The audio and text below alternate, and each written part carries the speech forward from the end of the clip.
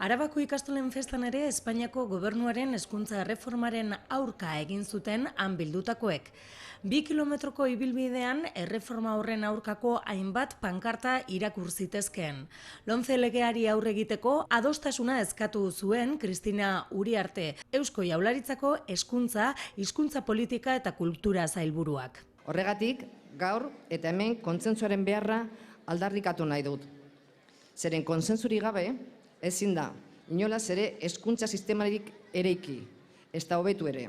Hezkuntza sistemak ez dire inposatzen. Euskal hezkuntza sistema da, hain zuzen ere, hezkuntzan orain arte egin diren aurrera pausoak defendatzeko eta etorkizunean egin beharreko hobekuntzak lortzeko tresnarik egokiena.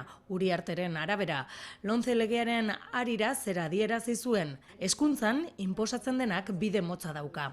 Zabir Arrieta, Arabako ikastolen federazioen presidenteak berriz, bertan, Europak eskatutakoa bete egiten dela adierazi zuen.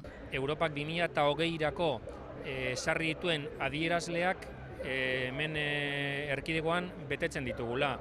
Eta Lomce legeak azken baten MD mejora da eta nahi duena da adierazle horiek hobetu. Eta hemen betetzen ditugu adierazle horiek. Alderdi politikoetako ordezkariek ere kontra agertu ziren. Erekin ez daukagu zer ikusirik, ez daukagu, jai daukagu, euskara jai daukagu eta okerrena eta azpimarratu behar duguna.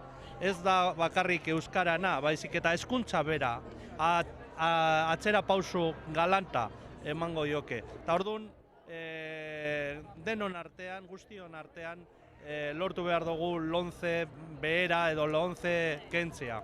Ikuspuntu ideologiko batekin egindako lege proposamen bada, proiektu bada, argi dago hemen irakurketa egiten dela, hizkuntzak ere bere garrantzia izaten duela hezkuntzaren barruan eta kulturaren barruan herri baten nortasuna sendotzeko edo ahultzeko, eta Madriletik bere egunean ere esan zuen katalanari buruz, Madrileko gobernuaren helburua zela katalanak espainolizatzea eta zentzu berean euskaldunekin berdina egitea nahi dute. Bestetik, ikastoleen elkarteak sortzen ikasbatuak, EIGek, KELAK, LAB, EILAS, UEUK, ikasle abertzaleak, ikasik eta anisek herri manifestaziora deituko dute bihar.